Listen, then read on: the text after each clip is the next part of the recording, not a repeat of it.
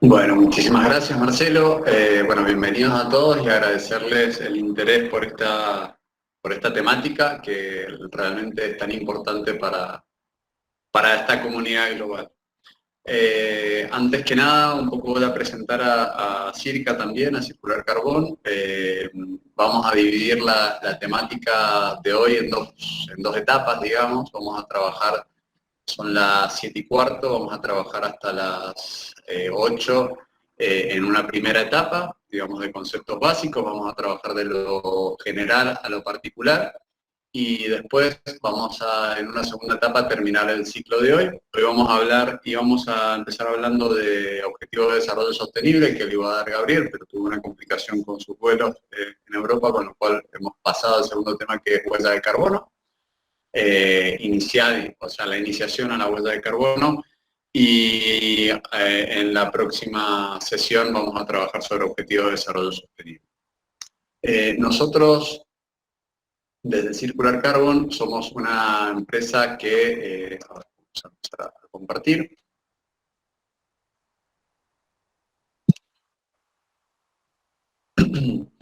Que nos dedicamos a la economía circular. Ahí les voy a pedir si alguien me dice si se ve bien la pantalla, porque yo ahí dejo de verlos a ustedes. No sé, Marcelo, si me puede dar soporte o algún... Sí, Perfecto. Excelente. Muy bien, gracias. Entonces, como les comentaba, nosotros somos una empresa que trabajamos para la neutralidad climática, innovando en economía circular. Un poco voy a tomar la palabra de Marcelo. Entendemos que la circularidad es un mecanismo, o el único mecanismo posible para alcanzar la neutralidad climática. Y a partir de acá trabajamos en 3 áreas específicas, que son eficiencia en recursos, relacionado a lo que es impacto ambiental y claramente apuntando a lo que es el bienestar humano, que es hacia donde todos queremos desarrollar. Nuestro eje de trabajo son 3. 0, que está alineado a lo que es la evaluación de huella de carbono, huella hídrica, digamos que es la fotografía inicial de las instituciones o de las organizaciones con las cuales trabajamos.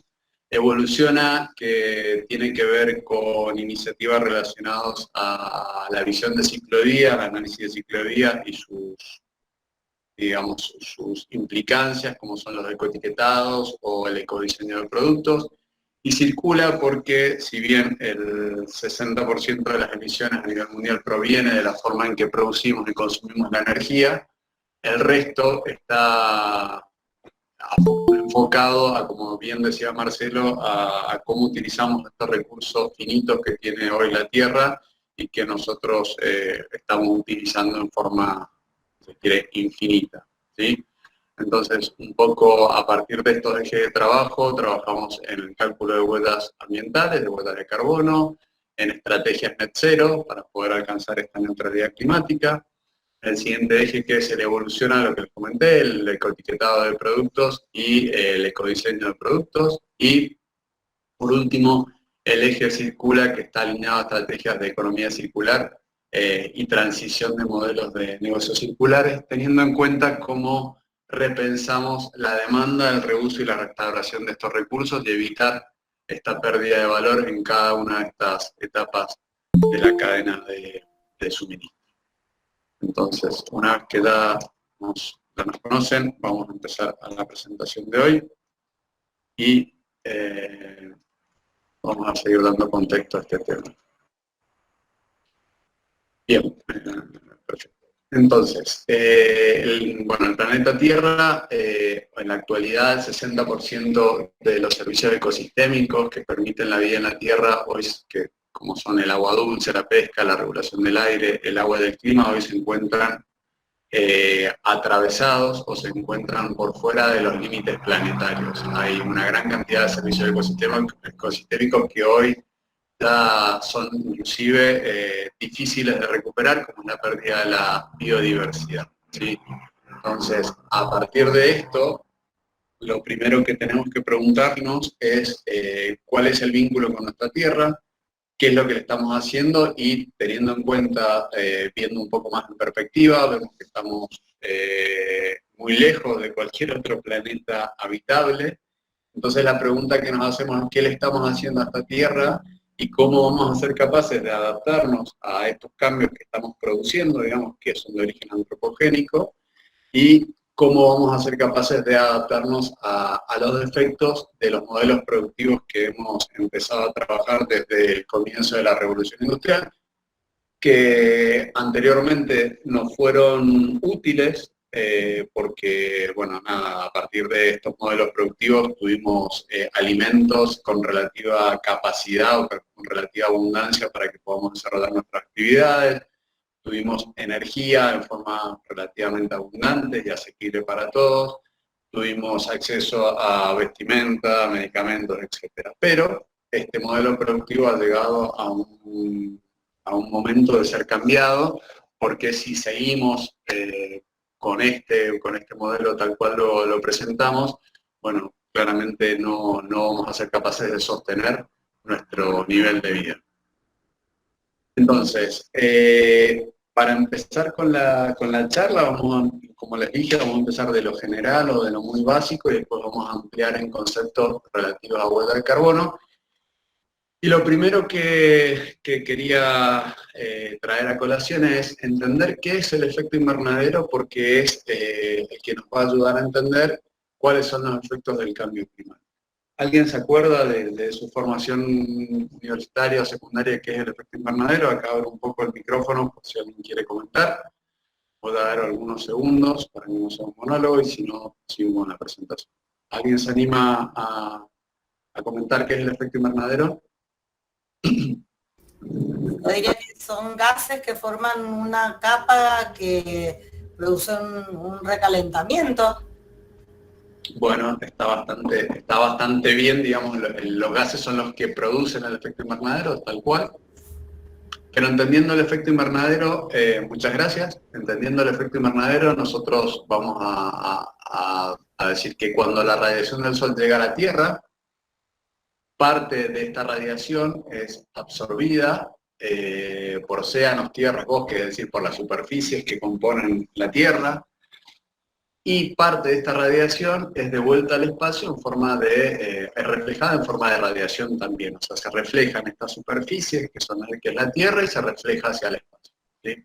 Hasta aquí, nada nuevo respecto a lo que vemos todos los días cuando salimos a la calle. De esta radiación que ingresa a la Tierra, una parte es absorbida, digamos, o mantenida por unos gases, que son los gases de efecto invernadero. Entre ellos, los más representativos, o los que hay en mayor abundancia, son el dióxido de carbono, que es el que hay en mayor abundancia, el metano y el óxido de nitroso, aunque existen, y tal lo vamos a ver un poco más adelante, otros gases de efecto invernadero que son los responsables justamente de mantener la temperatura en la Tierra. Acá hay una vamos a un poco a sacarle el manto de villano que tiene el efecto invernadero. Si no existiese este fenómeno en la Tierra, la temperatura promedio en el planeta Tierra sería alrededor de los 18 o 20 grados bajo cero, ¿sí? Con lo cual sería un planeta inhabitable. Imagínense cómo podríamos llevar adelante, cómo desarrollaríamos nuestras actividades si no existiesen estos gases. Sería un planeta inhabitable. ¿Qué pasa? Cuando estos gases o la concentración de estos gases en la atmósfera aumenta por encima de los niveles que los propios ciclos climáticos autorregulan, ¿sí? Es decir, cuando el hombre mete mano en este balance natural de gases que tiene nuestra atmósfera, se produce un aumento de la concentración de los gases de efecto invernadero y a partir de este aumento de la concentración de estos gases de efecto invernadero, la radiación que tendría que ser devuelta al espacio no puede salir y es la que provoca lo que se llama el calentamiento global, ¿sí? Entonces, por un lado, el efecto invernadero es el responsable de que exista vida en la Tierra, eso es correcto, y el calentamiento global se produce cuando estos gases de efecto invernadero exceden las concentraciones que son capaces de autorregularse en los ciclos naturales. Entonces, A partir de esto y este aumento en la concentración de estos gases, se han observado diferentes aumentos de la temperatura en la superficie de la Tierra, que oscilan entre el grado y los 2,5 grados en diferentes latitudes y longitudes, digamos, que podamos ver en la Tierra, ¿sí? A partir de esto vemos que desde el 1901, que se empezó a tomar este registro, hasta donde tenemos esta imagen, que es el 2012, después se ha seguido analizando, vemos que en algunos puntos, inclusive la temperatura promedio del planeta ha superado los 2,5 grados. Aunque todavía pareciera que estamos a tiempo de revertir los efectos que serían considerados irreversibles por la comunidad científica respecto al calentamiento global. Por eso tenemos que acelerar justamente esto que es el conocimiento de la huella de carbono, del cambio climático y estos conceptos que nos ayuden a entender cómo mejoramos nuestro desempeño ambiental desde el punto de vista de las empresas que representamos y desde el punto de vista de nosotros en nuestras acciones cotidianas, que por ejemplo sería bajar la estufa o apagar la luz. Un ejemplo de uso eficiente de recursos. Entonces, desde el comienzo de la revolución industrial, nosotros nos hemos previsto de una matriz energética de combustibles fósiles, es decir, lo que usamos es la quema de combustibles para todo nuestro sistema productivo. Nosotros extraemos recursos, para la extracción de estos recursos emitimos gases de efecto invernadero, transformamos estos recursos en materias primarias y para esto también emitimos gases de efecto invernadero. Después lo transformamos en un producto que nos es útil para llevar adelante nuestra vida y también emitimos gases de efecto invernadero. Y por último, en la fase de uso, también, es decir, cuando nosotros pasamos a utilizar estos productos que usamos, también emitimos gases de efecto invernadero, ¿sí? Entonces, esto provoca que nuestro modelo productivo actual, en todas sus etapas, se generen emisiones, vertidos, residuos, etcétera, etcétera. Y debido a esto es que las concentraciones han ido creciendo por encima de los niveles preindustriales. Entonces vamos a definir y vamos a presentar a unas gentes, a unas personas, a un grupo de científicos, que es el Panel Intergubernamental contra el Cambio Climático, que define al cambio climático como la variación de las condiciones climáticas medias y la variabilidad de sus propiedades que se pueden identificar y se mantienen durante un periodo de tiempo prolongado, generalmente de décadas o más.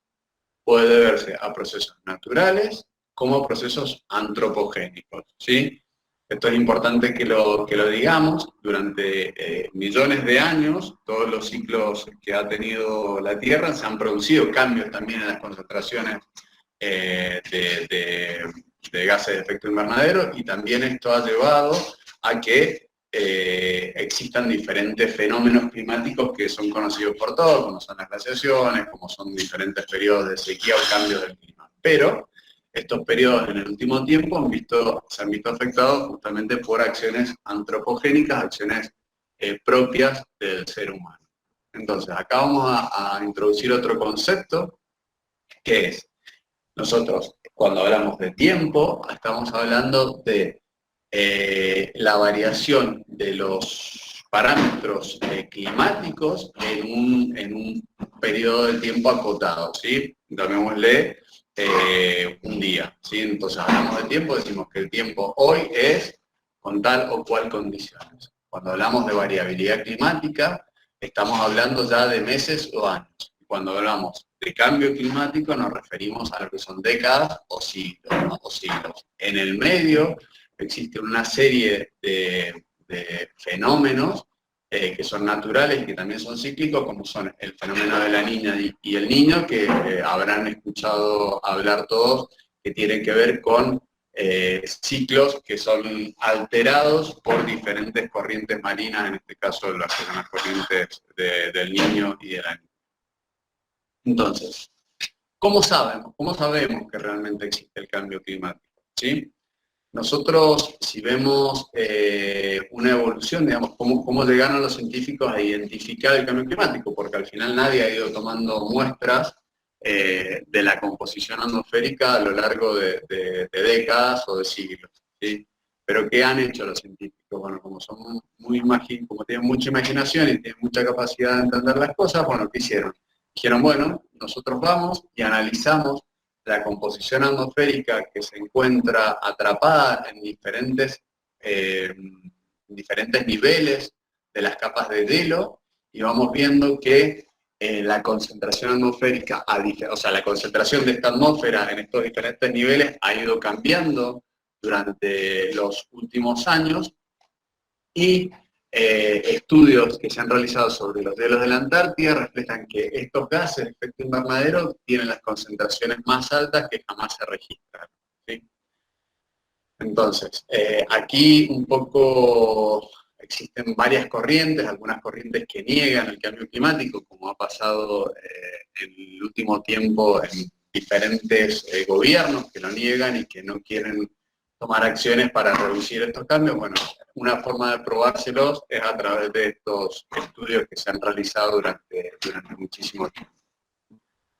Entonces, si vemos cuál ha sido la variación de la composición atmosférica desde que se empezaron a tomar medidas o que se empezaron a analizar cuáles eran los efectos del hombre en la concentración de estos gases de efecto invernadero, vemos que la concentración medida en partes por millón de dióxido de carbono en la proporción atmosférica ha ido creciendo, y que todas las medidas que se han ido tomando, empezando desde la primera conferencia mundial del clima, pasando por el protocolo de Kioto que se estableció en el 2005 y pasando por el Acuerdo de París del 2015, vemos que todas estas acciones que se han tomado en torno al clima no han ido funcionando, si se quiere, o no han podido lograr frenar este aumento de concentraciones. Y bueno, hoy estamos en una situación bastante crítica en relación al aumento de las temperaturas promedio del planeta. En el año 1995, este IPCC que les presenté anteriormente, ya decía que era muy posible, o que es posible, que el ser humano sea el responsable del cambio climático, o que el cambio climático actual sea de origen antropogénico. En el año 2000 se hablaba de que era probable, entonces pasamos de posible a probable que el ser humano sea el responsable del cambio climático. En el año 2005 se decía que era muy probable que el ser humano sea el responsable del cambio climático, es decir, que habían pruebas que eran prácticamente irrefutables, y en el año 2015 ya estos muchachos se la jugaron y dijeron, bueno, es extremadamente posible que el ser humano sea el responsable del cambio climático, con lo cual nadie puede negar que el cambio climático hoy es de origen antropogénico, que no es un ciclo natural como el que venía desarrollándose en la Tierra durante tantos años. Y, bueno, miento, no es que nadie lo niegue. Existen corrientes, que son corrientes negacionistas, que ya los hablaba anteriormente, que dicen que el cambio climático no existe, que son ciclos naturales que se vienen repitiendo durante millones de años en la Tierra, y un poco se tapan los ojos diciendo, bueno, nada, yo no voy a alterar mi forma de producir, consumir y de hacer, porque esto va a pasar, lo implemente yo o no. Después existen otras corrientes que también son un poco, digamos, si quiere, en contra de las acciones o de las acciones climáticas, como son los tecnooptimistas, que dicen que no hay que preocuparse, ya que sí existe el cambio climático, es desarrollado por el ser humano o es producto de las acciones del ser humano, pero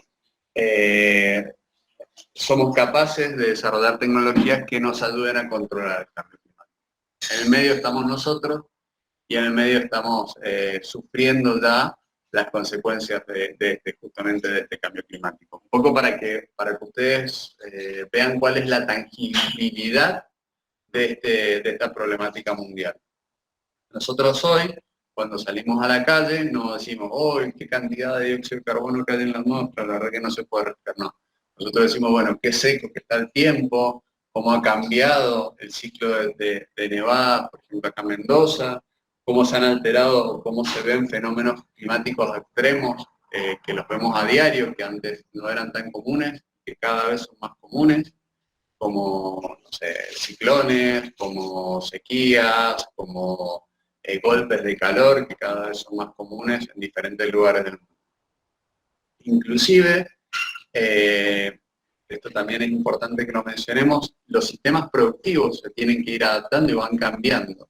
En Mendoza, la vitivinicultura, o si ven en Argentina, la vitivinicultura cada vez se va desplazando más a climas que sean más benévolos con la vid, digamos, con la calidad del producto de vid. Entonces se van desplazando cada vez más al sur. Antes era impensado tener viñedos tan al sur como se tienen hoy, o producir vino en Rusia, y hoy es una realidad que se está llevando adelante, o sea, hablando del norte y del sur del planeta.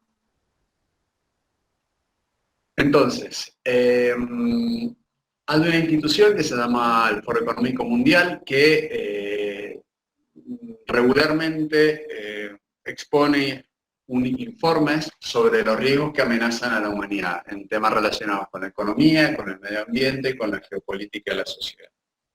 Cuando en el 2008 publicaron este informe, el Foro Económico Mundial, lo que más le preocupaba dentro de los principales focos a los cuales había que prestar atención, se encontraban lo que son las pandemias, lo que es las guerras, las crisis económicas, las armas de destrucción masiva y los precios del petróleo eran un poco lo que preocupaban a la humanidad, digamos, o a la comunidad global en ese entonces.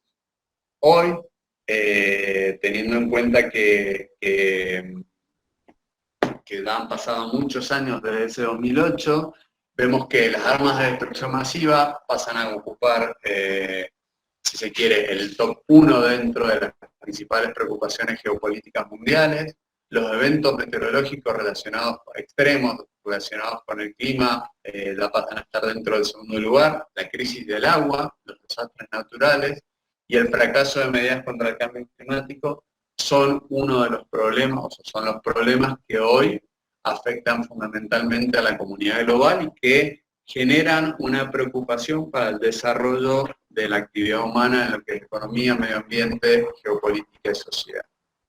Entonces, ya vemos que el cambio climático está relacionado con los principales 4 problemas que afectan a la comunidad global, porque todos estos que hablamos, los eventos meteorológicos extremos, la crisis del agua, los desastres naturales y los fracasos de medidas contra el cambio climático, claramente están relacionados con el cambio climático. Entonces, un poco podemos decir que el cambio climático está relacionado con todo, con la pérdida de la biodiversidad, con la crisis del agua, con los desastres ecológicos, con los desastres naturales, inclusive ya se habla de refugiados climáticos, eso es importante que lo tengamos en cuenta, ya se están hablando de refugiados climáticos producto de que hay determinadas regiones que ya sea por inundaciones, por sequías, o por diferentes aspectos climáticos, son hoy y a futuro van a ser inhabitables, ¿sí? Entonces vamos a tener que empezar a alojar a personas que hoy están siendo de alguna manera desplazadas de sus lugares donde habitan por temas relacionados al cambio climático. Aquí hay diferentes cosas que también tenemos que entender. Nosotros hoy estamos acostumbrados, y un efecto muy digamos, que nos hizo mucho sentido fue cómo estamos intoxicados de información. Ese es un fenómeno que se denomina infoxicación, ¿sí? Este tema relacionado al cambio climático hoy estamos tan acostumbrados a escuchar de sequías, de efectos meteorológicos extremos, de, no sé, crisis o de efectos relacionados con, no sé, incendios, etcétera, etcétera, que hoy cambiamos el televisor y vemos que se van produciendo a lo largo, alrededor del mundo, y la verdad que hoy de alguna manera no nos afecta tanto. ¿Por qué? porque ya el miedo no funciona, o sea que tenemos que cambiar la forma en que trabajamos, la forma de comunicarnos en relación a esto, ya no deberíamos plantearlo a partir del miedo.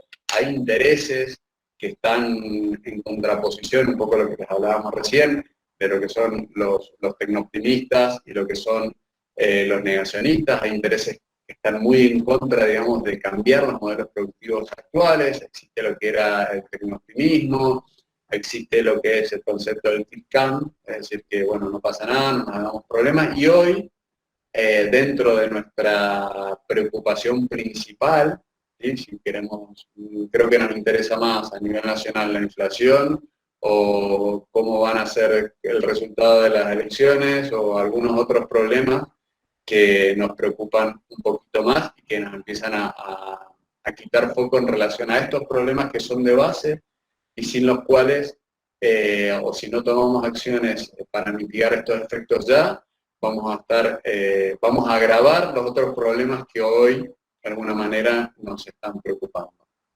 Y un poco a nivel de chiste, vemos un poco lo que es la prueba definitiva del calentamiento global en cómo ha cambiado la forma de vestirnos durante los últimos años. ¿Sí? Esto es una pequeña humorada para que no nos asustemos tanto con esto. Antes de continuar, les quería preguntar si hasta aquí vamos bien, si tienen preguntas, si no tienen preguntas, si no continuamos y ya después tomamos un recreo un poco más adelante. ¿Vamos bien? No los veo, así que nada, entiendo que estamos bien. Ok. ¿Todo bien? Muy bien. ¿Alguien conoce qué es la COP, digamos, qué fue la cumbre de París del 2015, la COP21? ¿Alguien tiene conocimiento de esto? ¿Qué se dictó? ¿Qué son los objetivos de desarrollo sostenible? No, ¿alguien se anima a decir algo relacionado a esto?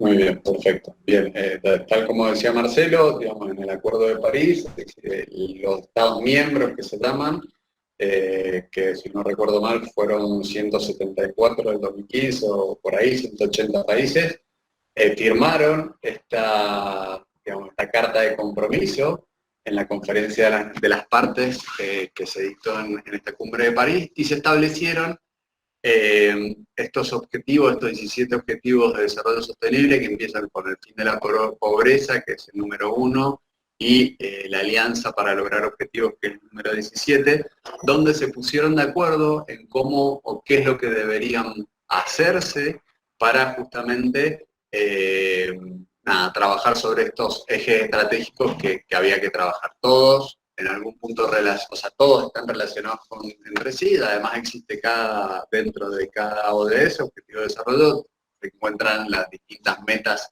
específicas, que son las que ayudan a alinear tanto a organizaciones como países. Entonces nosotros como organización podemos adherirnos a uno, otro o a todos los Objetivos de Desarrollo Sostenible, los cuales, un poco, como decía Marcelo, están vinculados.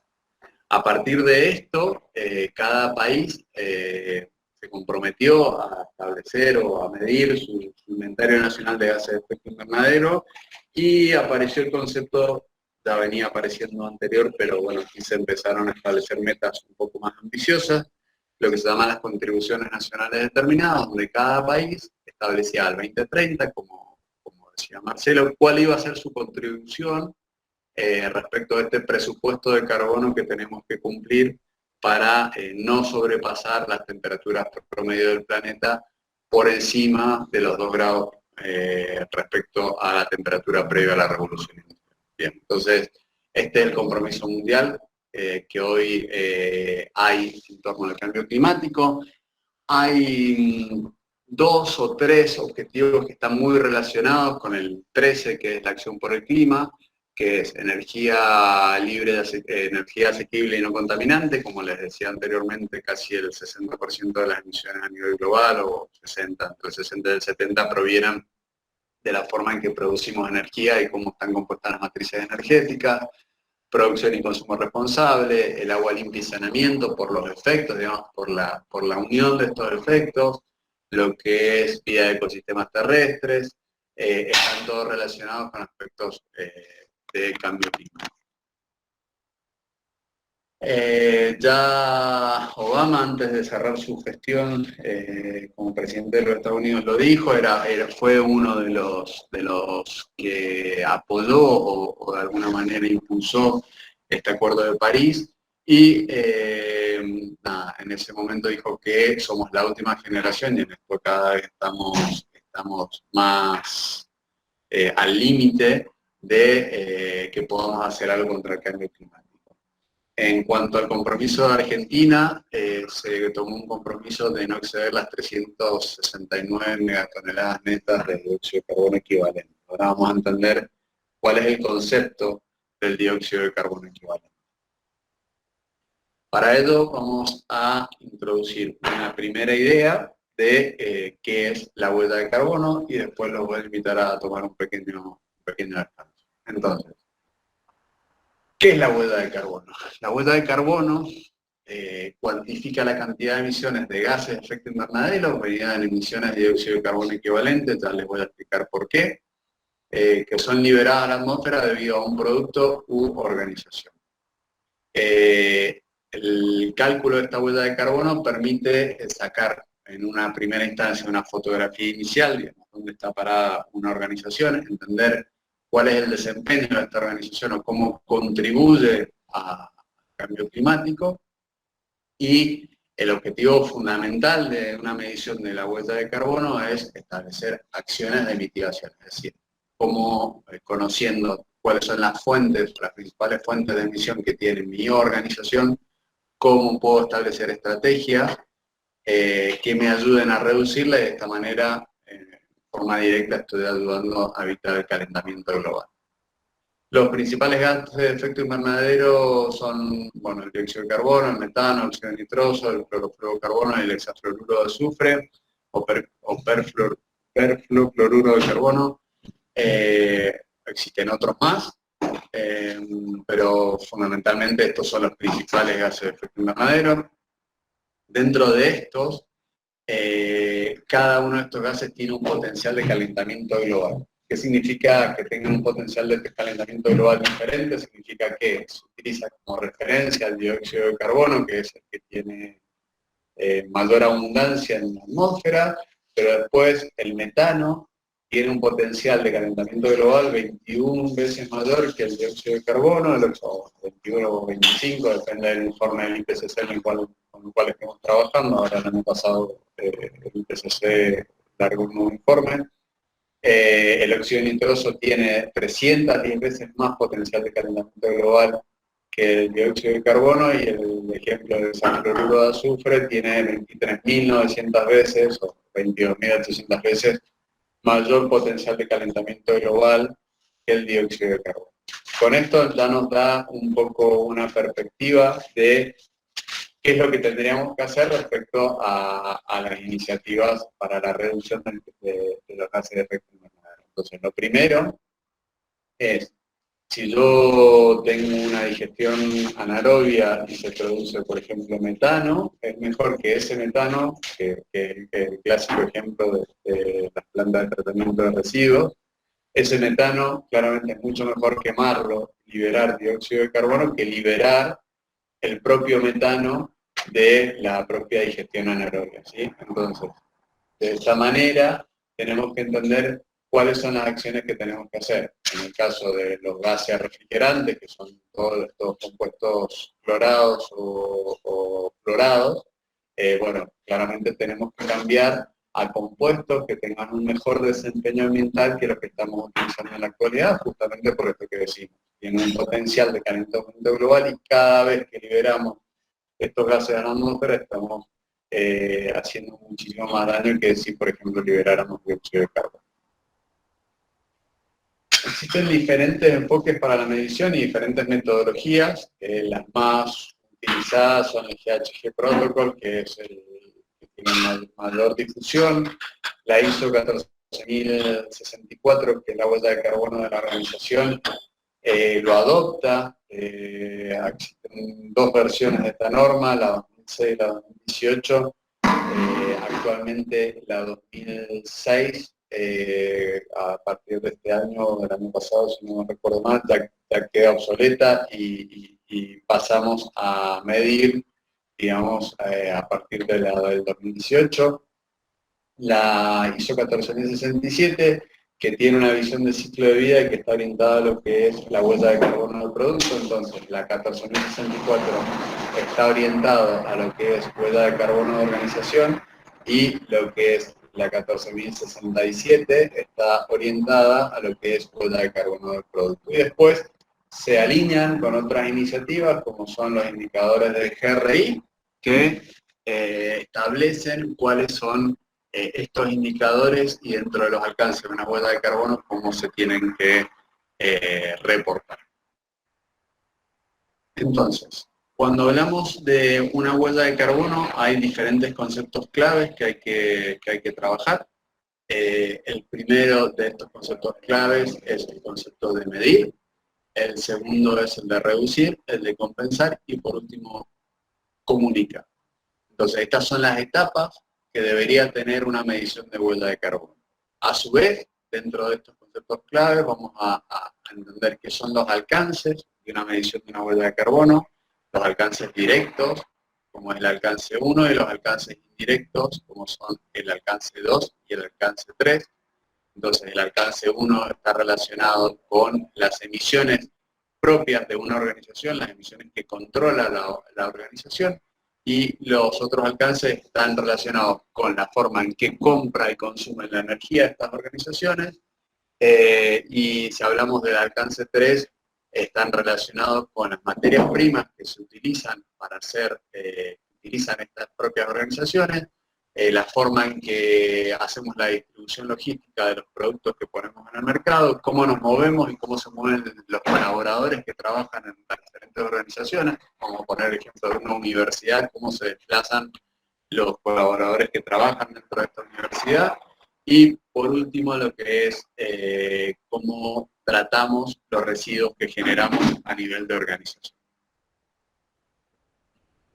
Bueno, vamos a avanzar con la primera parte, que es medir. ¿Sí? Entonces, medir es tomarnos una fotografía inicial de cómo o cuánto tenemos que bajar, o cómo, o sea, antes de establecer acciones de cómo vamos a bajar de peso, lo primero que tenemos que saber es, bueno, cuánto estamos pesando, ¿sí? Para eso, dentro de la ISO 14064, la parte 1 de la norma, que establece cuáles son las especificaciones y orientaciones que se tienen que tomar a nivel de una organización para la cuantificación y la declaración de los gases de efecto invernadero, y lo que permite esta fase o esta parte de la norma es establecer cómo es el diseño, el desarrollo de la gestión y el reporte de los inventarios de gases de efecto invernadero a nivel de las organizaciones. Esta parte de la norma y el GHG Protocol, lo primero dentro de lo que es la medición de la huella de carbono, las fases, lo podemos dividir en distintas fases. Lo primero es establecer lo que se denominan límites organizacionales, ¿sí? Es decir, definir el enfoque en que se va a consolidar un inventario de emisiones, que vamos a hablar de en qué consiste un inventario de emisiones, y a partir de lo que son la definición de los límites organizacionales, podemos tener el enfoque de participación accionaria, es decir, yo soy dueño de una parte accionaria de una empresa y de tal manera me hago cargo de las emisiones propias de la cantidad del paquete accionario del cual soy dueño. El enfoque de control financiero establece cómo me hago cargo de las emisiones financiadas, justamente. O sea, yo financio diferentes actividades y cómo, de alguna manera, me hago cargo de estas emisiones financiadas. Y después tenemos lo que es el enfoque de control operacional, que es el que generalmente es el más adoptado por las operaciones, por las diferentes empresas o por las diferentes tipologías de empresas, que pone principal foco en justamente en el control de las operaciones. Es decir, si yo soy el responsable o el generador de la demanda en mi operación de tal o cual actividad, me tengo que hacer cargo de las emisiones provocadas justamente por estas operaciones que tengo adelante. Entonces, una vez que hemos pasado lo que son la definición de los límites operacionales, organizacionales, es definir cómo va a ser la estructura de mi organización y cómo voy a estructurar el inventario a partir de la estructura de mi organización, pasamos a la segunda parte, que es la definición de los límites operacionales. Aquí lo que se suele realizar en las diferentes organizaciones es entender o hacer un mapeo de procesos para justamente entender cuáles son los consumos que tiene mi propia organización. Entonces, en alcance 1 podemos incluir, por ejemplo, lo que son los vehículos que son propios de la compañía, el consumo de combustible que se utiliza para la calefacción o para determinado proceso. Dentro de lo que es el alcance 1 también entran las emisiones de origen biogénico, también entran dentro del alcance 1 las emisiones directas propias de mi proceso. El ejemplo claro, por ejemplo, si midiéramos la fermentación o un proceso vitivinícola, que es el que nos queda más a mano quizás, veríamos que las emisiones producto de la fermentación alcohólica entrarían dentro de lo que es el alcance 1. Dentro del alcance 2 está relacionado a la compra de energía. Como les decía, la principal compra de energía que tiene una organización es la energía eléctrica, pero también podemos incluir acá si, por ejemplo, compráramos energía térmica. Hay diferentes, aquí no es muy habitual, pero hay diferentes otros lugares de la Tierra donde lo que se hace es comprar energía en forma, por ejemplo, de vapor, de una gran central de generación de vapor, y se utilizan para diferentes otros procesos térmicos. Y después tenemos dentro de lo que es el alcance 3, que es lo que les decía recién, todas las materias primas que utiliza nuestra industria o nuestra actividad. Vamos a poner un ejemplo. Si yo trabajo en un banco, las materias primas que utiliza un banco puede ser el papel que compro, los cartuchos y el tóner que se utilizan para las impresiones, que son, no sé, bolsas plásticas para llevar adelante mi operación normal.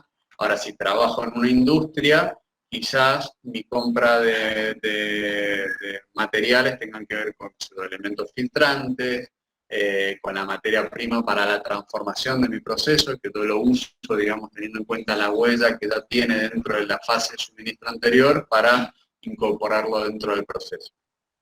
Dentro de lo que es esta definición de límites, es interesante en una primera instancia o en una primera medición de huella de carbono hacer un mapeo transversal. Para eso, si hay implementación de sistemas de gestión ambientales, como el ISO 14001, es interesante entender cómo está constituida esta matriz de impacto para poder después trasladar estos impactos a diferentes, a la constitución o al armado de mi inventario de gases de efecto invernadero.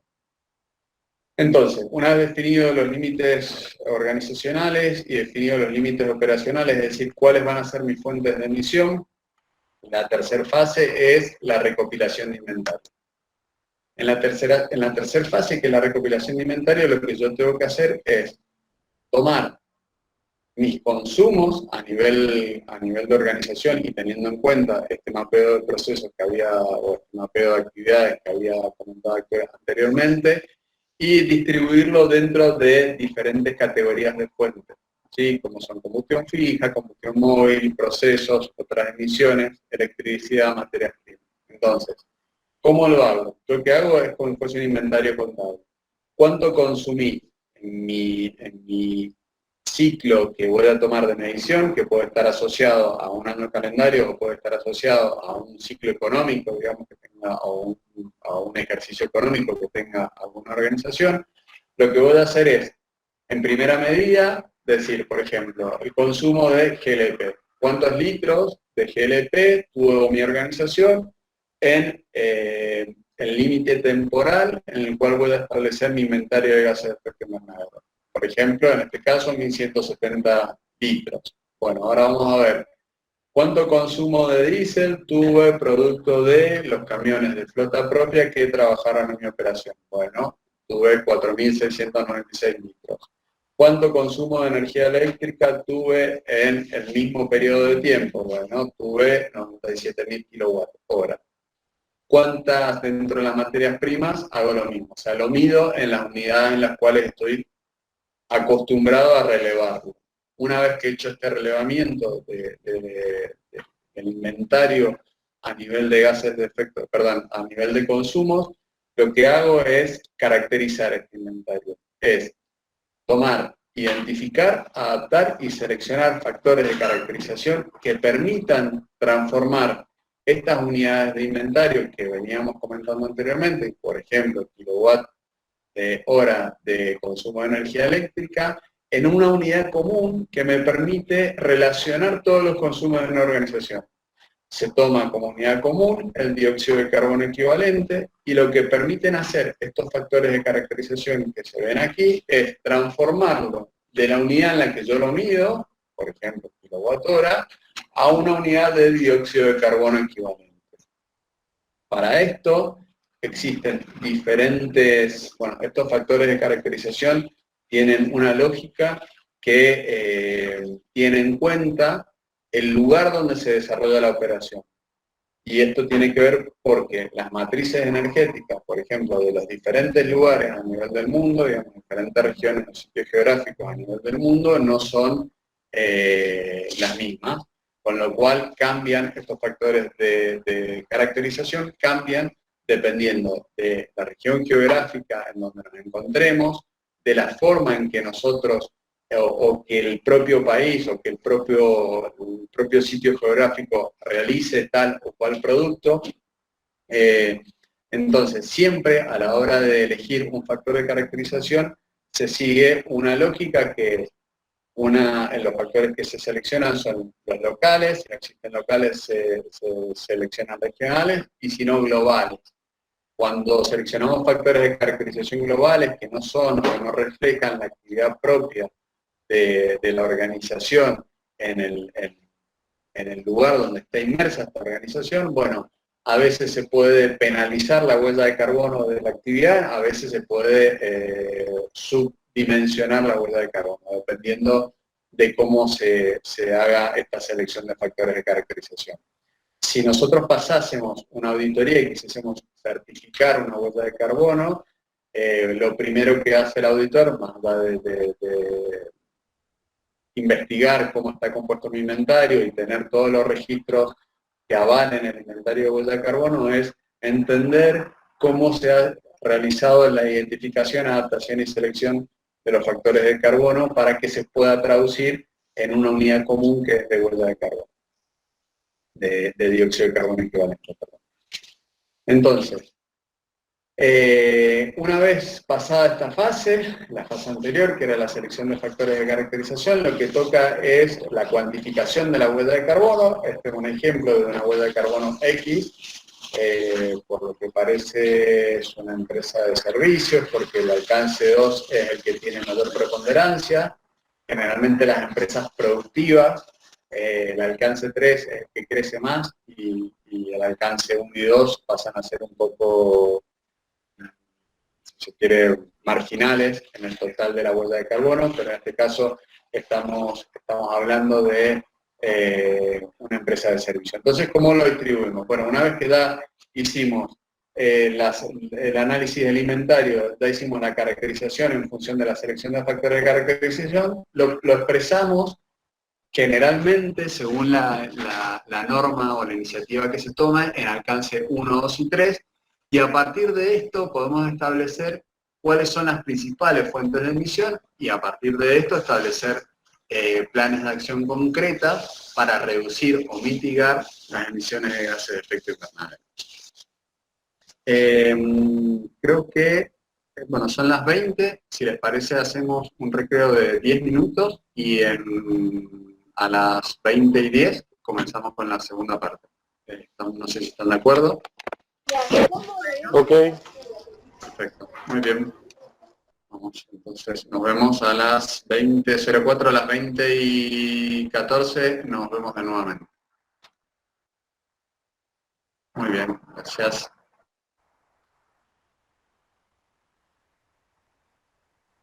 Entonces, nos habíamos quedado en esta fase que era la cuantificación de la huella de carbono y entender cómo se distribuía la huella de carbono en los diferentes alcances de la medición. La fase 6 es la redacción de las memorias de emisiones. ¿Cuál es el objetivo de la redacción de la memoria de emisiones?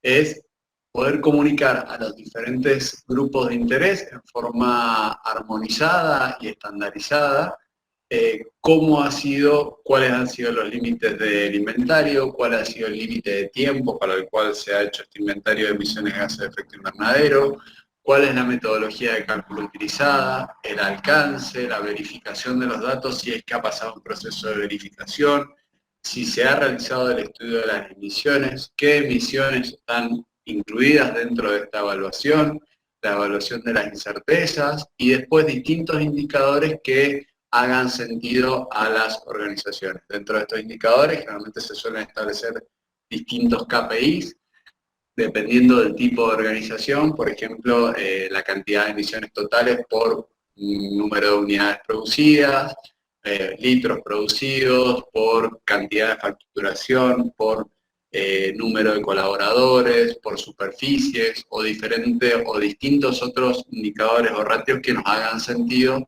para poder después lograr una mejor gestión de la huella de carbono. Entonces, dentro de la ISO, de la metodología que utilizamos, es muy importante que se cumplan estos 5 principios. Primero, el principio de pertinencia, es decir, que una vez que se encuentran definidos los límites organizacionales, se debe asignar una correcta clasificación o una correcta definición de los factores de caracterización. Es decir, tiene que reflejar el inventario, cuál es la actividad real que tiene esta organización. Cobertura total significa que todas las fuentes de emisión, por eso es importante hacer un mapeo transversal antes de realizar la definición de los límites operacionales, que tenga cobertura total y que refleje el total de la organización. Coherencia, es decir, que estos datos deben ser comparables a lo largo del tiempo y deben ser la metodología de constitución del inventario o cómo se desarrolla el inventario tiene que ser replicable en el tiempo, tiene que cumplir con lo que se denomina exactitud, es decir, es obligatorio realizar una evaluación de la incertidumbre con el objetivo de tener suficiente precisión y confianza en los datos que estamos analizando, y por último tiene que tener transparencia, es decir que se debe realizar la divulgación o debe tomarse, o a la hora de realizar la divulgación de la información que se encuentra en nuestra memoria de emisiones, tiene que ser clara, neutral y comprensible y basado en documentos y bases de datos que sean sólidos y auditables. Entonces, ¿qué es lo que exige además la norma que tiene que tener sí o sí cuando redactamos una memoria de emisiones? Bueno, el procedimiento metodológico de cómo se hizo, el organigrama con las responsabilidades sobre las diferentes fuentes de emisión, es decir, si Juan o Pedro es quien me da el dato de consumo de energía eléctrica que tiene mi organización, bueno, tengo que tener un cuadro de responsabilidades donde pueda ir a Juan o Pedro a entender cómo fue que hizo el compilado de los datos para obtener mi inventario. Inclusive se tiene que tener, si se pasa un proceso de certificación de huella de carbono, un registro del consumo de materiales, que ya puedan ser facturas, remitos o cualquier otro dato que sea contrastable y comprobable, inclusive algún sistema de gestión facilita mucho a la hora de hacer una evaluación de huella de carbono tener un sistema de la gestión del stock, como puede ser SAP o de gestión general. Si hay algún dato de calibración o algún dato que venga de una toma de datos producto, por ejemplo, de un analizador de red o de una báscula, si quiero medir el volumen o el peso de los residuos generados, bueno, tiene que estar esa báscula certificada y tiene que estar claramente el certificado de calibración vigente a la hora de pasar el proceso de certificación. Y por último, tiene que existir, como cualquier metodología ISO, auditorías internas, auditores internos, y dentro de estas auditorías establecer lo que es las oportunidades o lo que son las oportunidades de mejora que se encuentran en la forma en que se llevó adelante el inventario. Entonces, ya pasamos la etapa de medición, que estuvo dividida o decidimos dividirla en 7 fases. Ahora la siguiente etapa que vamos a analizar es la etapa de reducción, ¿sí? Para esto, la metodología ISO establece en su segunda parte cuáles son las especificaciones y orientaciones para la monitorización y la declaración de las reducciones de las emisiones, ¿sí? Entonces la segunda etapa es cómo establecemos los planes de mitigación y cómo vamos a hacer para que estos planes de mitigación sean, de alguna manera, que tengan justamente una alineación en el tiempo para poder monitorear, cuantificar y reportar el desempeño de mi actividad en el tiempo. Entonces, esto queda establecido dentro de este capítulo de la norma y vamos a mostrar a continuación diferentes estrategias para hacer una reducción de gases de efecto invernadero, ¿sí? O un plan de mitigación. Hay diferentes formas de hacerlo, hay diferentes iniciativas para llevarlo adelante. Una de estas iniciativas es a través de una evaluación ambiental, utilizando estrategias de ecodiseño que tengan que ver con la selección de materiales de bajo impacto para esta categoría de impacto de huella de carbono, reducción del uso de materiales, optimización de las técnicas de producción que tienen que ver con acciones relacionadas a la eficiencia energética, optimización de los sistemas de distribución, que claramente tienen que ver con cómo distribuyo y cómo va a impactar en el alcance 3 de mi huella de carbono los productos que yo pongo en el mercado. Este es un ejemplo de un cliente que es Andina, que es Coca-Cola Argentina, que cómo establecimos las estrategias de mitigación. La reducción del impacto durante la fase de uso, esta está relacionada, por ejemplo, en el caso de Andina, dentro de sus límites de inventario se miden el impacto que tienen todos los equipos frigoríficos, o sea, todas las heladeritas que ustedes ven en los diferentes kioscos o diferentes puntos de venta que tienen ellos, entran dentro de lo que es el alcance 3 de la huella de carbono andina y les interesa establecer acciones para reducir el impacto de su producto durante la fase de uso. La utilización de la vía media, que tiene que ver con diferentes acciones que de mantenimiento, reparación, de la modularización de los productos, etcétera, etcétera. Y después la optimización del fin de vida, es decir, una vez que el producto que se pone en el mercado llega a su fin de vida, ¿cómo hago para reducir el impacto de ese residuo que yo hoy estoy poniendo en el mercado? También hay diferentes estrategias relacionadas a logística inversa, a cómo se captan mayor cantidad de proporciones, por ejemplo, en este caso de PET, de la que se pone en el mercado. Entonces, un ejemplo de cómo llevar adelante una estrategia de mitigación alineada a lo que hablábamos de acciones de ecodiseño es la selección de materiales de bajo impacto, la reducción del uso de materiales y la optimización de técnicas de producción. Entonces, dentro del plan estratégico que tiene Andina, se ha planteado hacer una reducción del 15% del consumo de energía eléctrica a través de o eficiencia energética o la opción de la compra de energías renovables. Esto dentro de del impacto que tenía en el alcance de su huella de carbono significa un 15% de reducción. Otro ejemplo puede ser una reducción, estos son datos que no, por temas de confidencialidad, no son datos reales, digamos, son datos que hemos utilizado hemos armado para esta presentación, pero sí que las estrategias sí que son reales, los datos no. Entonces, la reducción del 15% del consumo de gas natural, ¿cómo impactaría y dentro de qué alcance impacta? Significa una reducción del 10,47% respecto del alcance 1 de la huella de carbono Esta, por ejemplo, es una estrategia de mitigación, que es una planta de producción de maní, que se encuentra en la provincia de Córdoba, en Ticino, en donde una de sus puntos de dolor es el consumo de gas natural que se produce durante el secado del maní antes de que ingrese a la fase productiva después que se blanchee. Entonces, bueno, la meta que se han establecido es conseguir una reducción del 10% del consumo, que significa un 6% de la disminución de la huella de carbono en el alcance que se mencionó anteriormente, y alineado a un objetivo de desarrollo sostenible. Entonces, este plan de mitigación, además de tener una estrategia de ecodiseño, está alineado a una meta específica y a un objetivo de desarrollo sostenible.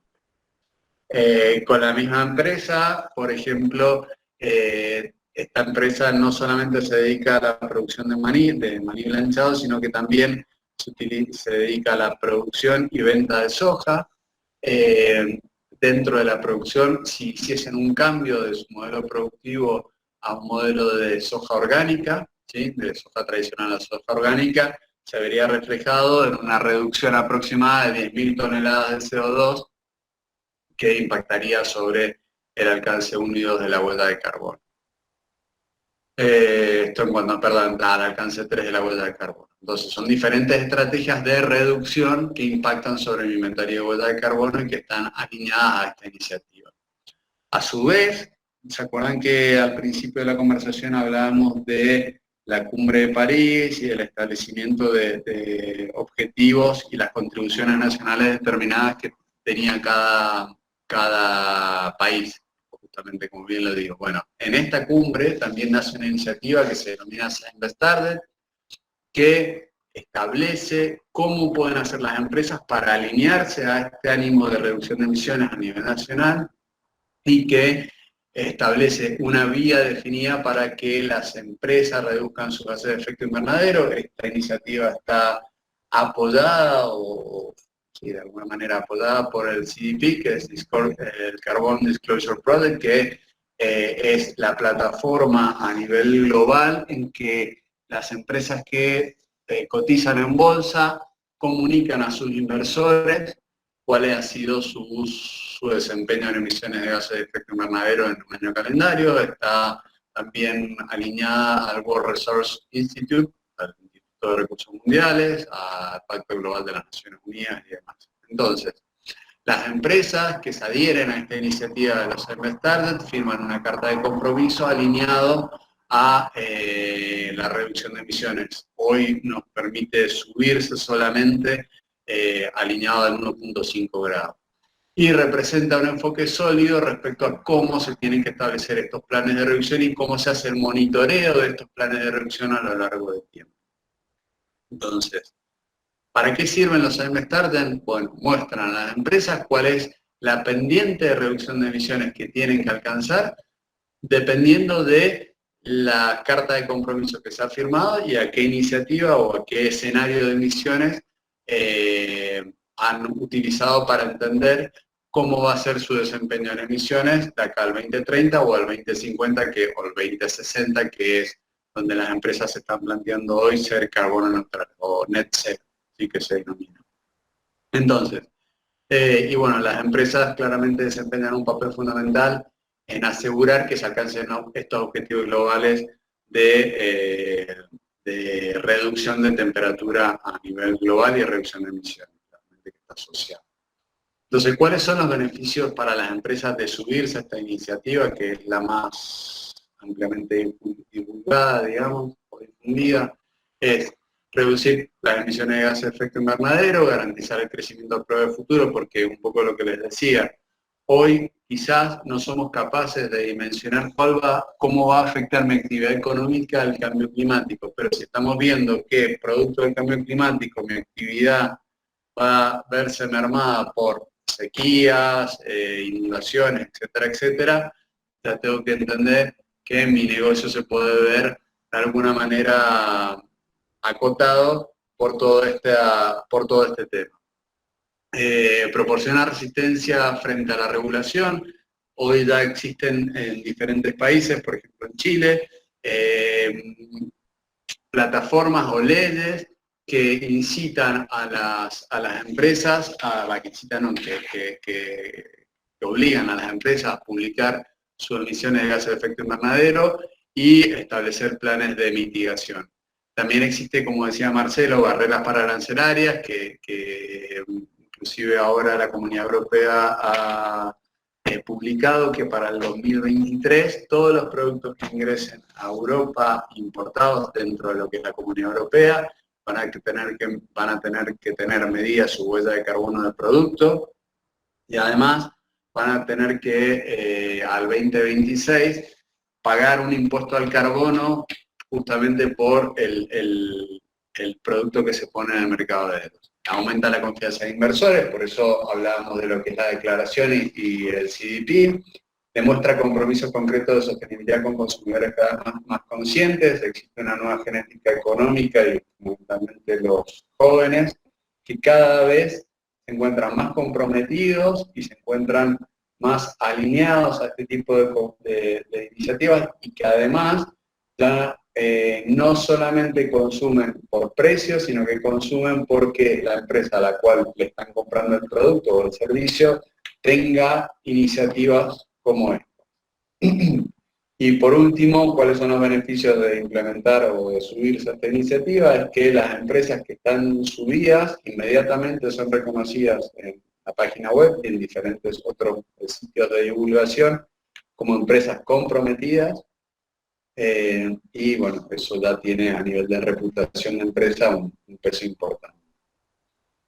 ¿Cómo se establece un Science Target? Estos son los pasos más claros para establecerse, firmar una carta de compromiso, a partir de eso se hace un plan y el establecimiento de objetivos, pasa por un proceso de verificación y validación de objetivos, después estos son comunicados, para la comunicación se puede comunicar dentro de la propia plataforma de Science Target y después en otros lugares como puede ser CDP, la implementación del seguimiento. ¿Sí? Es como un ciclo completo de una medición de huella de carbono. Ahora bien, dentro de una huella de carbono, nosotros no solamente medimos las emisiones, sino que tenemos que tener en cuenta también las absorciones de dióxido de carbono. Es decir, que si nuestro proceso, nuestra actividad tiene asociada una remoción de emisiones, es decir, una absorción de emisiones, también tienen que estar reflejadas en mi inventario de huella de carbono en lo que es en alcance 1. Entonces, en alcance 1 se fijan lo que son emisiones y remociones directas causadas por ejemplo, el uso del suelo o cambio de uso del suelo. La biomasa, es decir, la forestación y los forestales y la masa forestal es uno de los principales medios de absorción de dióxido de carbono en la atmósfera, inclusive dentro de lo que es el Plan Nacional de Mitigación respecto al cambio climático, constituye la principal medida dentro del plan de acción, es decir, aumentar la superficie forestal en Argentina como un plan de captación. Entonces, ¿cómo son los procesos de ganancia y pérdida de carbono? Cuando nosotros vemos un proceso, vemos que, por ejemplo, cuando se cosecha o se poda, digamos, cuando hablamos de cosecha hablamos de una acción forestal o una poda para un frutal, por ejemplo, se remueven lo que es el dióxido de carbono captado por la naturaleza. Para esto existe lo que se denomina la metodología de ganancia y pérdida que establece el IPCC, que lo que establece es este balance entre lo que se capta y lo que se remueve producto de determinadas acciones culturales o acciones forestales. Entonces, el cambio, básicamente lo que se determina es el cambio de carbono para un determinado año, analizando este flujo de ingresos y salidas que tiene la actividad. A su vez, también se tiene en cuenta cuál es el cambio en el uso de suelo. Si ha habido un cambio en el uso de suelo, también impacta sobre las emisiones. Y si hay incendios o pérdidas relacionadas con alguna otra proceso que se haya generado o cualquier otro incidente que se haya generado, también se emiten otros gases de efecto invernadero que aumentan más el desempeño negativo en relación a la huella de carbono. Entonces, para esto, el IPCC tiene un manual que establece directrices sobre cómo establecer los inventarios nacionales de gases de efecto invernadero, orientados fundamentalmente a lo que es la remoción de emisiones, que está basado en el incremento anual de las existencias de carbono, que también tiene en cuenta lo que son la reducción anual de existencia de carbono, y que para entender cuáles son las capturas, las absorciones, se tienen en cuenta diferentes factores que tienen que ver con la relación fitogeográfica donde se encuentra implantado, digamos, en este caso una forestación, la proporción de biomasa en la raíz y la fracción de carbono en esta biomasa, porque no siempre la fracción de carbono obedece la misma ecuación, digamos. Bueno, y después se hace un ajuste en función de las características propias del lugar y los manejos forestales que se realizan. Entonces, este es un ejemplo de un cliente también nuestro, que tampoco tiene datos reales, en donde, bueno, Papel Prensa, que es una empresa que hace papel justamente para prensa, ahora están cambiando un poco su core business,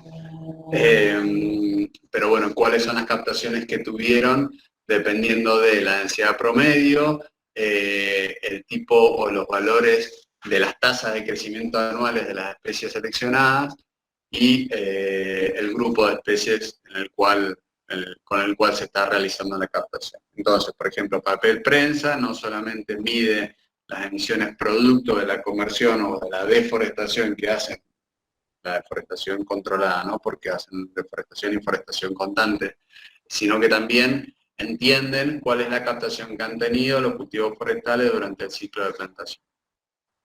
Y después también evaluamos lo que se denomina el carbono retenido en productos. Entonces, cuando se hace una evaluación de huella de carbono, también se entiende que hay productos que siguen reteniendo el carbono independientemente de que han sido removidos, digamos. Entonces, los papeles, los muebles, los postes o los durmientes es un ejemplo del carbono retenido en los diferentes productos que nosotros utilizamos. O sea, que no tienen cambio del balance de carbono a nivel global. Entonces, hasta aquí vimos cuál es el proceso de medición, cuál es el proceso de reducción, y la tercera etapa que vamos a analizar es la compensación. Los mecanismos de compensación pueden ser muy variados, hay diferentes tipos. Este que mostramos es, por ejemplo, un mecanismo que utiliza un cliente nuestro, que es Tarjeta Naranja, Naranja X, en donde ha hecho un convenio con Banco de Bosques, donde Banco de Bosques lo que hace es, por acciones de conservación, se tiene un costo por metro cuadrado de selva misionera que se conserva. Entonces, esto es un mecanismo que está aceptado dentro de lo que se llama el Mecanismo de Desarrollo Limpio de las Naciones Unidas, que es la conservación. Otro mecanismo de compensación, perdón, quizás no expliqué esto. Cuando yo ya he contemplado todas las emisiones de gases de efecto invernadero, toda la huella de carbono que yo tengo, el siguiente paso es mitigar, es decir, reducir esa huella de carbono. ¿Se acuerdan que hablábamos de pesarnos y después decir, bueno, ¿cuánto quiero bajar de peso?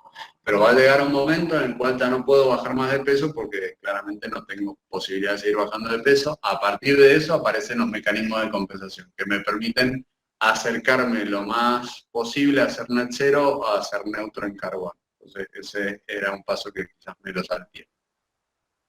Otra opción para compensar es la forestación. Dentro de la forestación no es tan fácil como plantar un árbol y me voy, sino que existe también esta forestación, bueno, se puede, tanto la forestación como la conservación, existen diferentes mecanismos que se establecen dentro de los mecanismos de desarrollo limpio de las Naciones Unidas y diferentes protocolos, diferentes certificaciones. Entre ellas existen, las más habituales son Gold Standard y Verra, son las más conocidas, en donde no planto el arbolito y me voy, sino que tengo que comprometerme a que este árbol se encuentre en pie durante una X cantidad de tiempo y que si existiesen fallos, digamos, en la plantación, también me tengo que comprometer a replantar el fallo que tiene esta plantación. Otra, bueno, diferentes opciones de reforestación de espacios públicos pueden ser con... Esto también es un concepto que es interesante, a diferencia de lo que es la huella hídrica, que la compensación, si es que se habla así como un concepto grande, se tiene que realizar en la cuenca hídrica de donde se extrajo el agua. En la huella de carbono yo puedo compensar en cualquier lugar, porque se considera que la composición atmosférica se vería afectada de igual manera, compense acá o compense en la China o compense en Nigeria. Después de pasar el proceso de medición, de medición, de reducción y de compensación, pasamos a la etapa de comunicación. Nosotros, todo lo que no se comunica no se realiza. Para eso existen diferentes formas de hacer la comunicación, por ejemplo, lo que se denominan reportes integrados de sostenibilidad, digamos, de una memoria que está alineada a diferentes aspectos relacionados con la empresa, y ahí se puede utilizar, siguiendo una metodología de GRI, cómo se puede hacer la comunicación para mis diferentes grupos de interés o stakeholders. Otra forma de hacerlo para las empresas que cotizan en bolsa es, por ejemplo, el Carbon Disclosure Project, que es para que los inversores que ponen dinero en mi negocio entiendan qué acciones estoy haciendo y cómo estoy tratando de reducir mi huella de carbono en el tiempo y cómo va a verse afectado mi negocio o el dinero que yo pongo producto de este. Otra forma de comunicar, por ejemplo, esto es una infografía que lleva adelante Allianz, donde comunica la cantidad de dióxido de carbono por empleado, la cantidad total, y cómo estuvo distribuido por alcance la huella de carbono y cómo ha ido siendo la evolución por empleado en un ratio específico, en un indicador que les hace sentido a una empresa como es Allianz, de su huella de carbono. Otra forma de mostrar es medir la huella de carbono y comunicar, por ejemplo, un evento. Este fue un evento que se hizo en Madrid, que es Sustainable Brand, que es el evento de marcas sostenibles, donde se evalúa cuál es la huella de carbono que tiene justamente el evento, producto de la movilidad, de la comida, del traslado de los speakers, etcétera, etcétera. Otra forma de comunicar es la que hace San Miguel, que es uno de los proveedores justamente de Andina, de Coca-Cola, donde comunica dentro de su memoria de sostenibilidad cuál ha sido la huella de carbono, cuál ha sido el producto de qué es su huella de carbono, y también comunica la huella hídrica dentro de sus impactos. Otra forma de comunicar es la que hace Natura, que desde el 2007 tiene un certificado de carbono neutralidad. Natura es una empresa sumamente comprometida, así que si compran productos Natura, en buena hora, porque hace muchísimas acciones. Por ejemplo, cambiar la flota de distribución para que tenga otro material a partir de biocombustibles, y de esta manera tener un mejor desempeño global de todas sus actividades. Y por último, para hacer un repaso general, vamos a analizar cuál es el ciclo general de medición de huella de carbono de una organización. Entonces, lo primero que tenemos que hacer es la cuantificación de la huella de carbono, es me peso en mi balanza o me saco una fotografía a ver qué tan despeinado estoy. A partir de esto, establezco objetivos de reducción, que lo ingreso dentro de un plan estratégico para mi organización, ¿sí? Un plan estratégico porque muchas veces tiene que estar alineado a presupuestos que tienen que estar aprobados. Después lo comunico a mis diferentes grupos de interés, stakeholders. Después realizo la ejecución de este plan estratégico y todos los años, o cada 2 años, depende de los ciclos de medición, dependen de las empresas, se tiene que volver a hacer una cuantificación de huella de carbono para que entendamos todo este ciclo como qué resultado ha tenido. Es un proceso que es iterativo en el tiempo. Bueno, hasta acá un poco lo que es la presentación. La idea ahora es que abramos un poco el debate. Si tienen dudas, aquí estamos para resolverlas. Andrés, yo tengo una consulta. Sí, decime. Que no me quedó muy claro cuando dijiste que hay objetos como los muebles, los diarios y todo eso que retienen la absorción de carbono, algo así, si podés aclararme un poquito ese tema. Bien, bueno, básicamente es así. Yo tengo, o sea, si yo la madera, por ejemplo, que utilicé, me aseguro que no cambia el uso de esa madera, digamos, y que se mantiene en el tiempo, significa que esa captación de carbono que ha tenido la madera en ese tiempo, digamos, para la fabricación, va a estar retenida ahí. No va a entrar dentro de lo que se llama el ciclo natural del carbono, por ejemplo, que es el que tienen las podas. ¿Sí? Cuando vas a hacer una poda de un árbol, entra dentro de lo que se denomina el ciclo natural del carbono, lo está removiendo y bueno, y se considera que se emite y se absorbe la misma cantidad en el mismo año calendario. En caso de que mantengas esta absorción, inclusive hay certificados de absorción,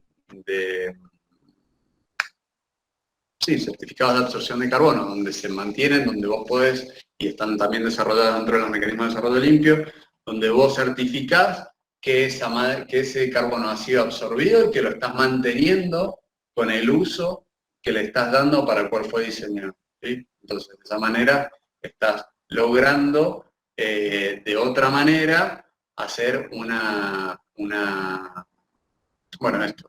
absorción del carbono. Andrés, pero para la producción de ese objeto, ya sea el mueble o el papel, el diario, también se producen emisiones de carbono. Entonces, ¿cómo sería eso? Bueno, por eso, porque lo que decíamos, lo que se miden son absorciones y remociones, ¿sí? Entonces, vos ahí estás certificando una remoción y estás, a su vez, teniendo una emisión. No significa que mantener el carbono absorbido en el tiempo te haga que seas neutro en carbono. Eso no es así. Significa que en ese balance contemplaste las remociones y las absorciones, ¿sí? Y las emisiones, perdón. Las remociones y las emisiones. Si soy capaz de certificar este proceso y esta conservación del carbono en el tiempo, sí. Sí, ahí hay diferentes cosas, digamos. A ver, la inversión en energías renovables es costosa, cada vez menos, cada vez más económica, inclusive, no sé, el kilovatio instalado de energía fotovoltaica ha ido cayendo de forma bastante abrupta, digamos, en relación a lo que eran los principales o los años iniciales, digamos, del kilovatio de potencia instalada.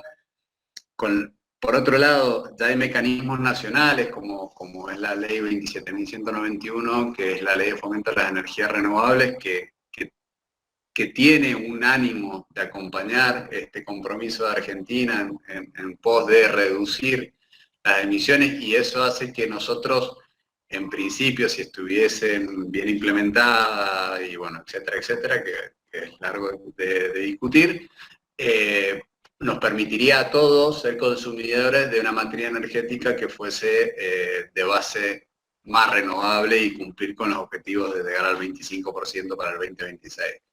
Pero después hay acciones en el día a día que nosotros podemos hacer desde la selección de un proveedor, desde la selección de un tipo de papel, ¿sí? Como vos decías recién, desde entender cuál es el ciclo de vida del producto que estoy comprando y eso no tiene mucho sentido seguir comprando cosas que se pueden adquirir a nivel local, que me la hago traer específicamente para un paquetito y que tenga una logística X. Nada, son elecciones del día a día que van atadas a la educación, que van atadas a la educación ambiental, pero que en las nuevas generaciones ya lo tienen, o sea, bueno, yo no sé si es porque yo me dedico a esto o qué, pero mis hijas, por ejemplo, lo tienen sumamente interiorizado y ya toman acciones en ese sentido. Y de pequeñas acciones que también hagamos en nuestra casa, apagar luces, no estar de manga corta en una casa en invierno, porque en ningún lugar del mundo se realiza. Los mecanismos de retroalimentación tienen que reflejar costos reales, digamos. O sea, esto aquí estamos un poco mal acostumbrados al cuidado de los recursos. Tendríamos que acostumbrarnos de otra manera. Tenemos que usar de alguna manera la economía de nuestros abuelos. Nuestros abuelos no tenían la disponibilidad de recursos que tenemos nosotros cada vez lo vamos a tener menos disponible, y lo tenían incorporado, o sea, nadie estaba con una luz prendida si no estaba utilizándose, o en manga corta con 2 grados bajo cero afuera. ¿Sí? Son cosas que evidentemente tenemos que cambiar desde la forma en que consumimos, producimos y generamos residuos.